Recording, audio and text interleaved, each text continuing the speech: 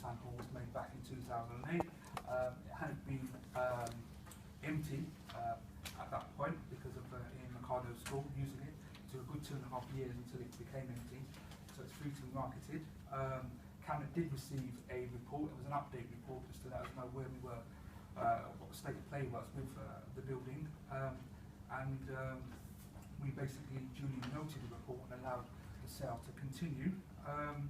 When the Poplar Town Hall was marketed, I understand that the mayor was periodically kept informed as to progress of that sale, and evidently from what Mr. Darby said earlier, that was certainly happening. With regard to the process and methodology of the sale, Councillor Peck will know this, members do not get involved in operational matters, and therefore this was left to officers. Just in regards to governance, because I can see where this is all going, clearly we don't see a problem with the way the governance of this was handled. In terms of best value, you've heard already, our understanding is that we achieved that. So, I mean, that's where we are really, not unless you've got questions or comments to make. I suspect we do. Can I ask you, first off, we wrote to the mayor to ask him 3 questions. He's made his intention clear that he won't come in response to these kind of things, that he'll come twice a year on 2 occasions, that's fine. But as a result, we wrote to the mayor and asked him 3 questions. Firstly, there are several references in the Mazars report to his involvement, so the ones we discussed with Mr. Darby, and we asked him, do you agree with these statements that you were closely involved in the decisions about how to proceed on the sale of Poplar Town Hall, and that you caused the process to be changed from that which would have been followed otherwise by officers? Secondly, we asked, did you ever discuss with officers your preferred outcome, the preferred bidder, and your preferred price of the Poplar Town Hall, and if so, with who and when? And thirdly, in your discussions with officers about the sale of Poplar Town Hall, did you ever declare an interest in relation to Dreamstar or any of the other bidders? I haven't received a response to that letter. Do you have one? Do you know the answers to those questions? I can confirm, Councillor Pegg, that the process was managed by officers and there was no inappropriate involvement by the mayor or any of his councillors or any of his team or any of his advisors, as Councillor Pearce would put it. So, I mean, that's my short answer to your 3 questions. Not unless you've got evidence to prove me wrong. Yeah, there were questions. So, yeah, answer. Will we get a response to our letter? I'm assuming that if you put it in writing, that you would get a response in due course. I'm assuming. Okay. Do we know?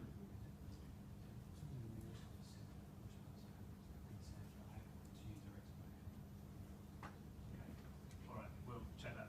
Yeah. Okay, Councillor Pearce? Yeah. So in January 2011, you proposed that the proposals were developed for quick sale of Poplar Town Hall and Jubilee Street. Is this correct?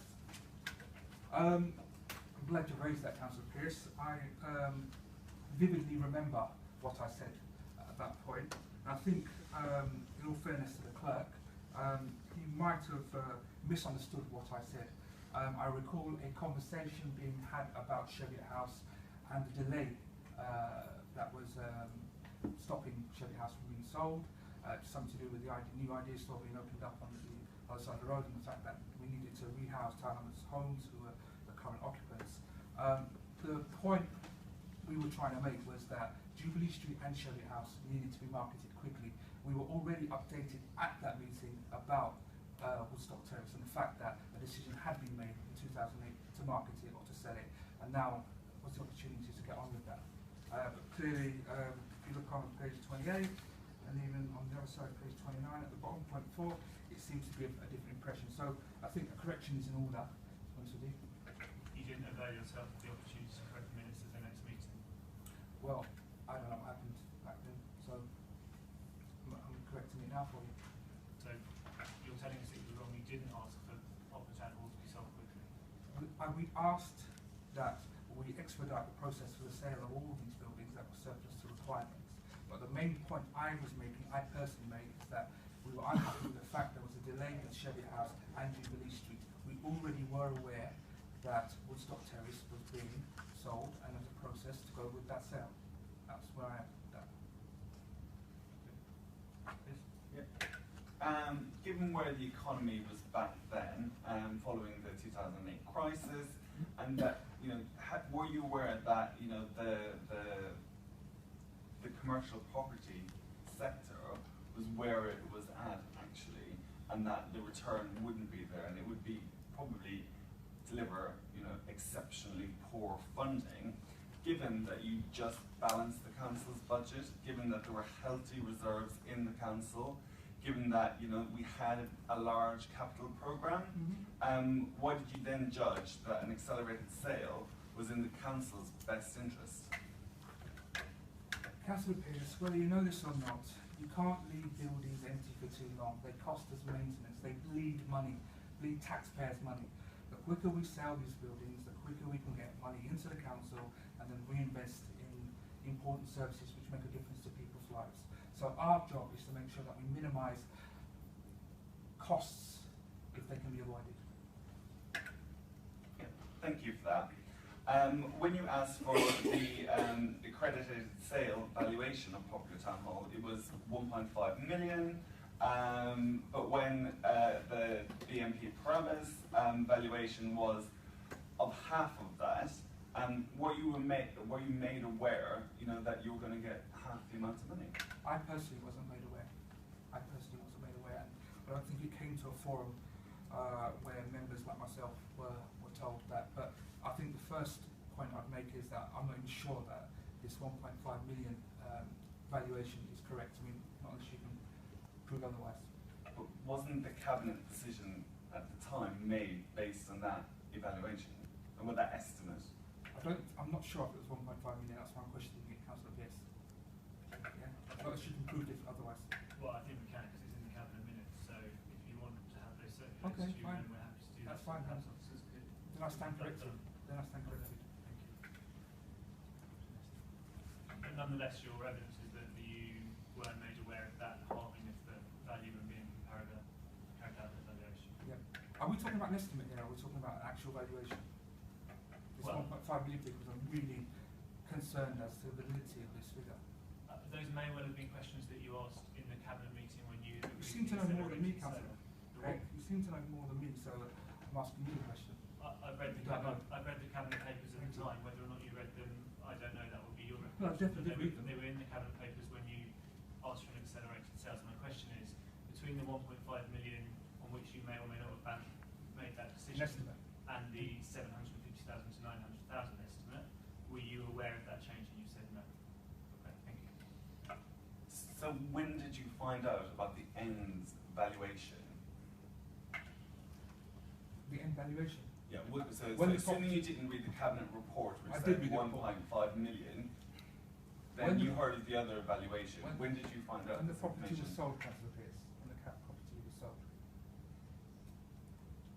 Do you think that that is value for money, given, you know, such a historic building being sold in the East End of London at that particular time? Given I'm having to move out of a property in 2 weeks' time, which is a 2-bed flat, which has been sold for £400,000 on Bethlem Green Road.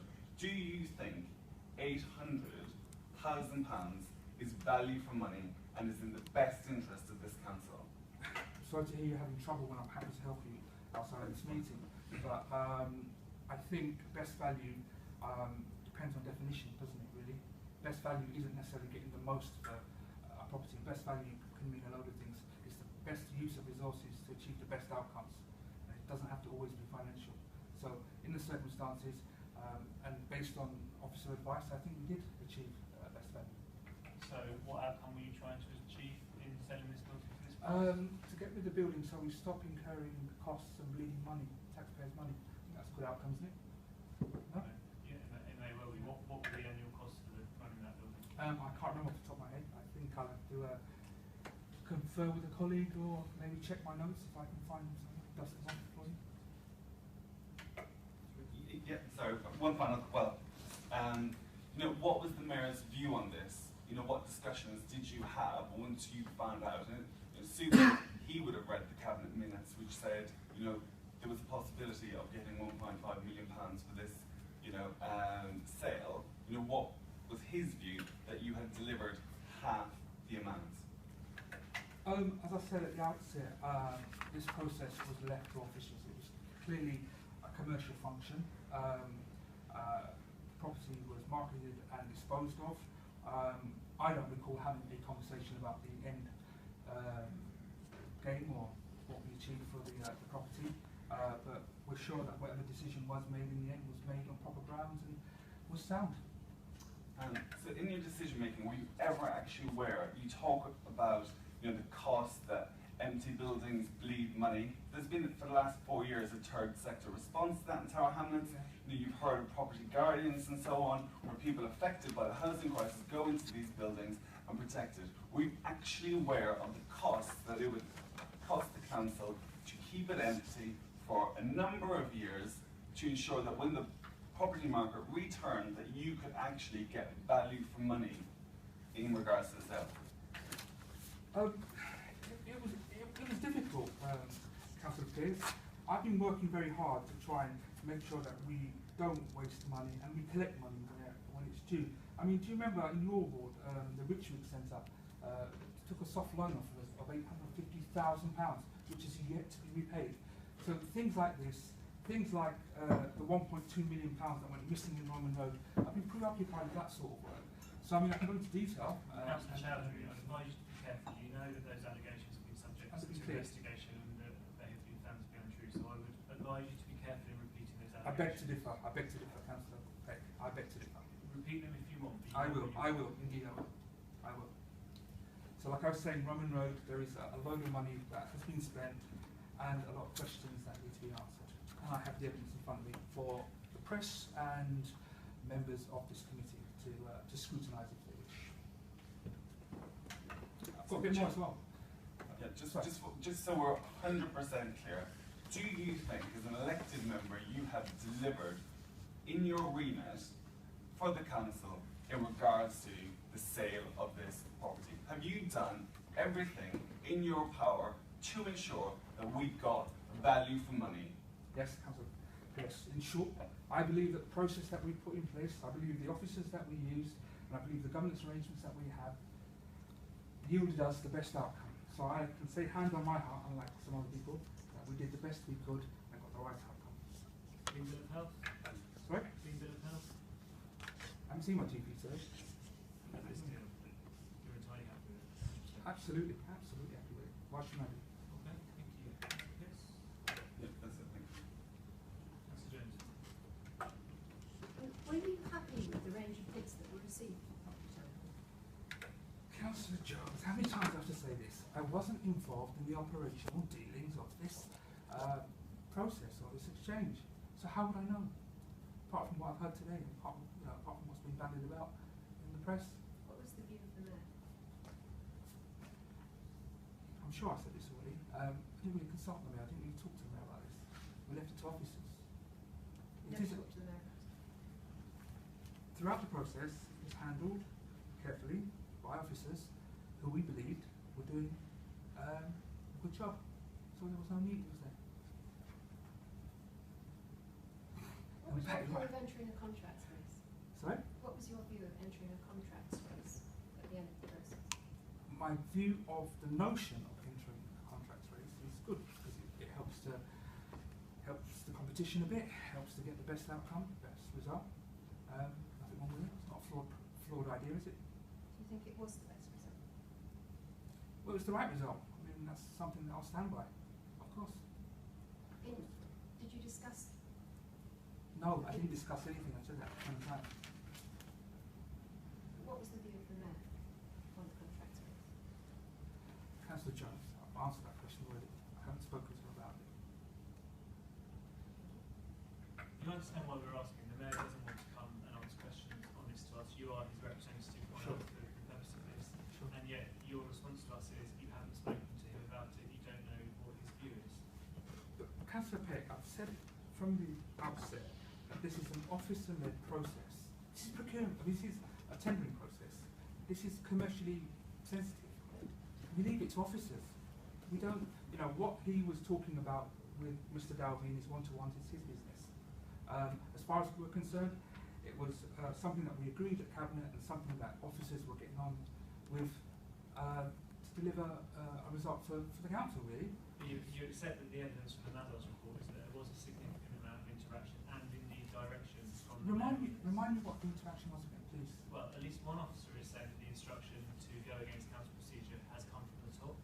Another officer minutes in a formal council minute that the decision is waiting on a meeting between Mr Delby and the mayor. There is significant reference in the report to the fact that the mayor had a pretty controlling influence in that. Sure. Now, were that to be true, would be something we'd be interested in Yeah, understanding. of course. You're telling us that it's not. Is that Of right? course, it's like the Mazars, Phil Sackley said earlier, if there's any impropriety or any dishonesty or fraud, I think this would have been up in Scotland Yard by now, wouldn't it really? And you've already had the answer. There was nothing irregular about the mayor's involvement, especially when he was talking to Mr Dalby in his one-to-ones. As to this memo that you're talking about, this note from an anonymous senior officer, I'm still struggling to find out if that's true or not, whether that's really has any substance. Well, the officer's not anonymous. Yeah? Really? Well, the report doesn't name the officer, but the There you go, officer. it's anonymous, isn't it? Well, let's You know not something that we all don't. Let's not debate the difference. I won't, between because I know anonymous means. what I have on Fine. this. Did you know any of the people who submitted bids for? Absolutely, categorically no. Really? Well, give me an assertion. You don't know any of the people who submitted bids for Poplar Town Hall? Well, test me. Throw me a name. No. I don't, I've told you I'm no. not going to bandy names around. That's a Beck, I've told you no. But your evidence to us is that you knew no one who submitted a bid to Poplar Town Hall. Back in 2010, or 11, when it was being marketed and the bids had come in, I did not have a clue. That's not the question I asked you. The question You're asking was, about the people, and I've told you already, I didn't know the people. you don't know anyone who submitted. Well, give me a name, then maybe. Well, there Not are, jog a there, memory. there are names. There is a clear allegation in the media Yes. that someone pretty closely connected to the mayor and the mayor's campaign ended up purchasing the Poplar Town Can't use the Hall. media. In the media, they say that you've cost the council £26,000 recently for rejecting Love Box's licence, which they got overturned in council in court. £26,000 of our money, taxpayers' money. Now, if we go by the media, there's a lot of things I can say, you can say. Yes. So please be factual and stick to kind of council records. I'm asking you a question. There is an allegation in the media that names an individual. I'm not going to name that individual You have in to. that session here. You have to. Otherwise, I can't answer. Councillor Peck is like sending me to a dark room to kind of, Okay, we'll go into closed session after this, and we'll you ask don't you need to. It's public. And I think Ted has every right to know. I think you should give us the name and then test me. Then I can answer properly, can't I? Mr. Galpin, are you happy with us talking about individual names of individual bidders? What's the problem? I'm concerned about it in open session, only because it's the personal data of a third party. I don't know who the third party is, and so for that reason I'd be concerned about the fairness of it. But he's concerned it is not illegal, and I think journalists here have a right to know who this individual is. And then I can answer. It might be music to your ears, Councillor Peck. We don't know. I'm asking you a general question about whether you knew, Will you ask whether me you general- know any people who bid for Poplar Town Hall. You said no repeated, that's fine. Yeah. We will take that answer from you. No, but you seem to know otherwise. You seem to be probing me, thinking that you might get a different response if you chuck a name at me. So maybe you should chuck a name at me. Given what I've read in the papers submitted to us, given what I know, I am surprised that that's your evidence, but we will leave it at that and take it at face value. What kind of interrogating is that? Do you know whether the mayor knew any of the people who bid for Poplar Town Hall? Give me the name and I'll tell you. No, I'm not Give me the saying name, I'll tell you. I'm asking, did the mayor know any of the people who bid for Poplar Town Hall? As far as I'm aware? No. As far as you're aware, the As mayor far as knew I'm no aware. one who bid for Town Unless you give me Poplar Town Hall. specifics, Councillor Peck, it's very difficult for me to answer that We'll go question. into closed session and we'll use some names then. Okay. Right. Fine. Did you declare any interest in the process? I wasn't involved in the process, apart from the decision-making part, in cabinet. Fine. Did the mayor declare any interest in the process? I'm sure he would have if he had an interest. That I'm unclear about. I should check To the the records. best of your knowledge, did the mayor declare any We'll have to interest? check our records.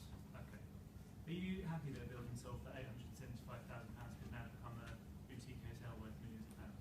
Can you repeat that so fast? Are you happy that a public building that sold for £875,000 could now become a boutique hotel worth millions? I mean, I'm not sure if I've got an opinion on that, really. Thank you. Any other questions? Does it harm anyone? Councillor Chair. Can I ask a question? You made references that the 1.5 million was direct asset estimate. Maybe, I don't know. Yeah, on cabinet meeting it was an estimate. That's been noted and that's been written down. At some point, the value of BNP or Paribas, they've said it was up to 950, whatever it was, 8 to 950. When that was eventually banded, was there no questions asked why the value was so low? I know the officers made that decision at some point, cabinet or even the mayor or someone, I can't believe that cabinet didn't know that this building was going to be sold for X amount of pounds. Below, even if it was an estimate, not a valuation, that okay, what is the reason why it's so much off the mark? Even if it was a simple answer, that was just an asset, that was just an estimate that was up from the air. But was that question never asked? Why are we selling it so cheap opposed to what the estimate? Regardless of whether it was a valuation estimate or not. No one in cabinet or even the mayor never even It did come back to raised cabinet. it. It did really come back to cabinet after it was sold, did it? So we had the update report in early January saying that it was something that was ongoing and it needed to be progressed. And officers would do that. And officers would report to the mayor at given points in time. So And the mayor didn't, when that original one in January, that valuation for Paribas would have been there. That valuation would have been given. I know. With all due respect, I think I've answered this already. We were satisfied that the decision made by officers on the basis that they made those decisions, that decision was good enough for us. We were satisfied. Therefore, we did not question. How closely does resources and development work together, given the fact that they should be working in tandem? How closely do they work together? I mean, there is a relationship, Reverend. Resources and asset management work very closely together, especially when it comes to disposals, because disposals yield money, and money comes into our coffers, which then forms the budget or kind of the financial activity that we have at the council. And there is clearly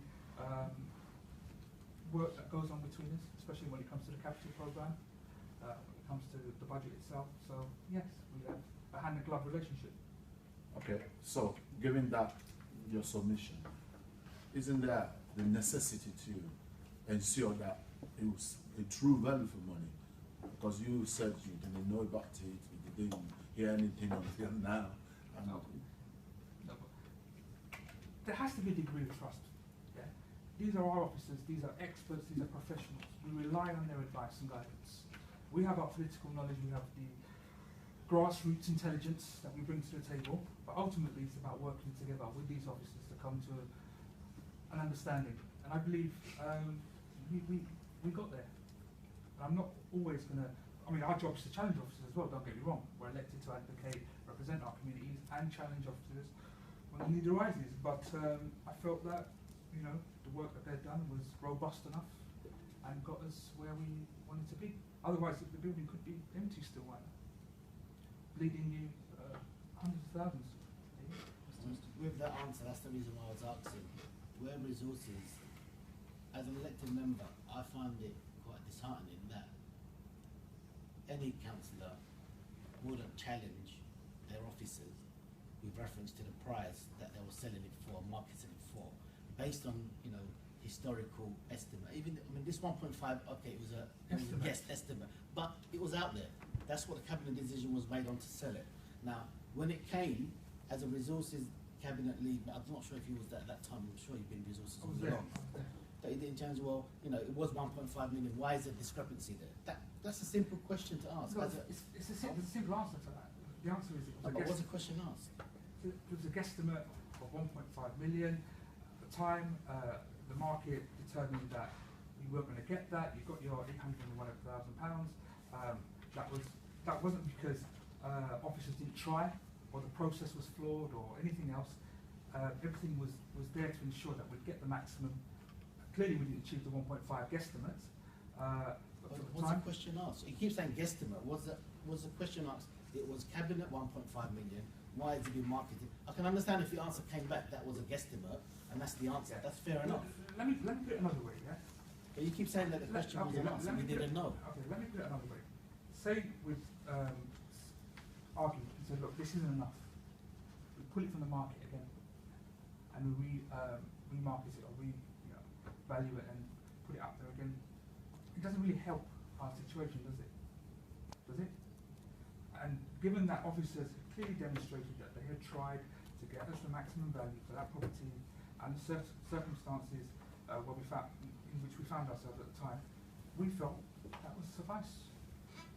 You keep on asking me about questions. I mean, we could question. With all due respect, with 2012 coming up, we had this, in 2008 there was a policy of this being a hotel.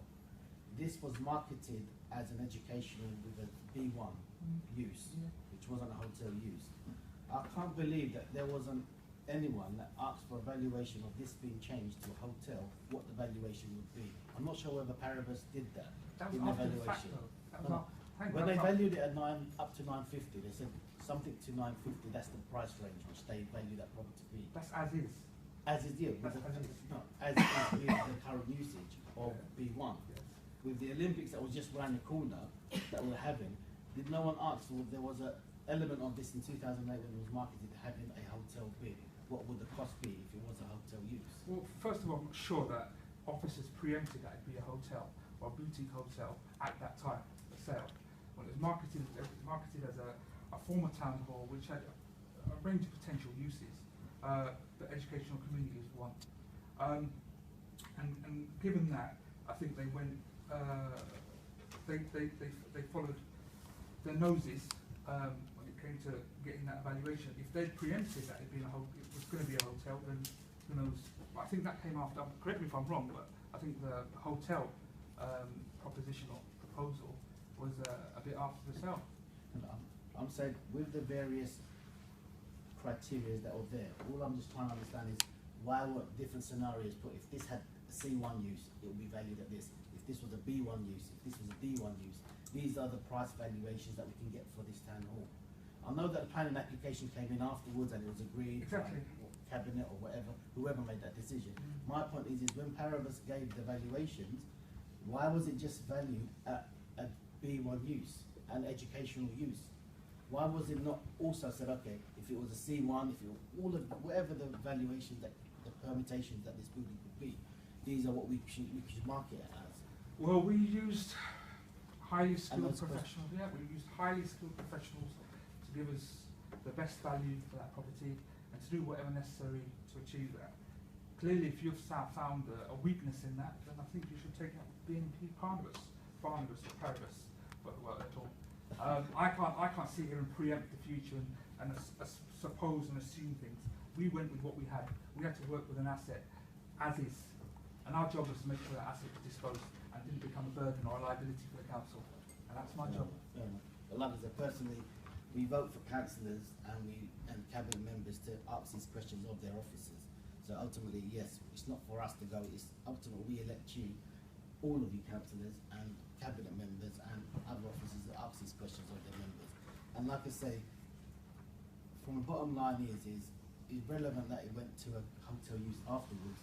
There was a hotel element when it originally was in cabinet for sale and disposal in 2008 surplus to requirement. And I can't understand why, considering we were hotels popping up all over the place in Commercial Road, around Cambridge Heath Road, Holiday Inns, the hotels were coming everywhere, that we didn't have an element where Paribus said, okay, if we left it as B1, this C1, I'm just going over it again. I think you've got a valid point. I think it's worthy of talking about. I was going to say, it's a learning first, it's a learning curve first. And I think next time, we might not use BNP Paribus, because if they're that useless and made oversights of that nature, then maybe it's a recommendation from an own list that we strike them off and not use them again. One of my questions to BNP Paribas was whether they'd been passed the planning brief that included a possible hotel use, and they said they didn't think they had. I can't answer that. I'm not aware of that at all. Mr. James? Well, the Poplar Town Hall was used as a temporary accommodation for school. Yeah.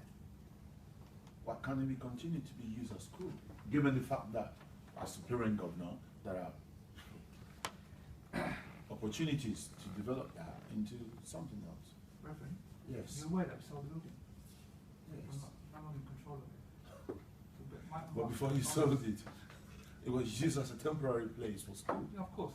I think, no, I won't go there. I won't go there because it wasn't necessarily permitted. The last sentence of this, they were going to have an increase in population, so it was aware that we were going to be shortage of spaces, maybe not in the right area. With respect, Councillor, Reverend James's question was, why was the building not used as a longer term site for the school as opposed to being sold? Now, if that's what you meant, well, it's entirely possible. It would have been possible.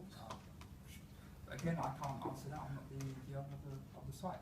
And if you're talking about whether the council should insist on a certain class of use, then that's a matter for the council and the current owners, really, not for me. I think you should probably understand the question is why did the I council do understand the question. why did the council not keep the building in its possession in order to use it as a school? Is the question as I understand it.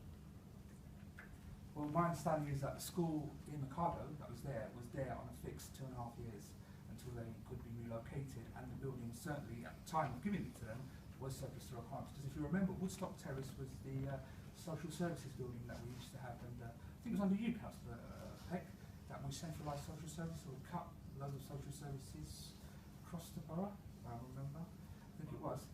Anyway, I so... was never lead member for social services. No, you were lead member for resources and you did the cutting.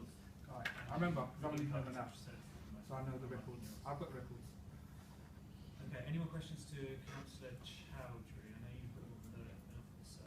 Councillor Chowdhury, we are in a minute going to go into part 2 and I'm going to ask you some names, but let's just go through the things that are in the public domain. Do you know anyone that was involved in the Limehouse project?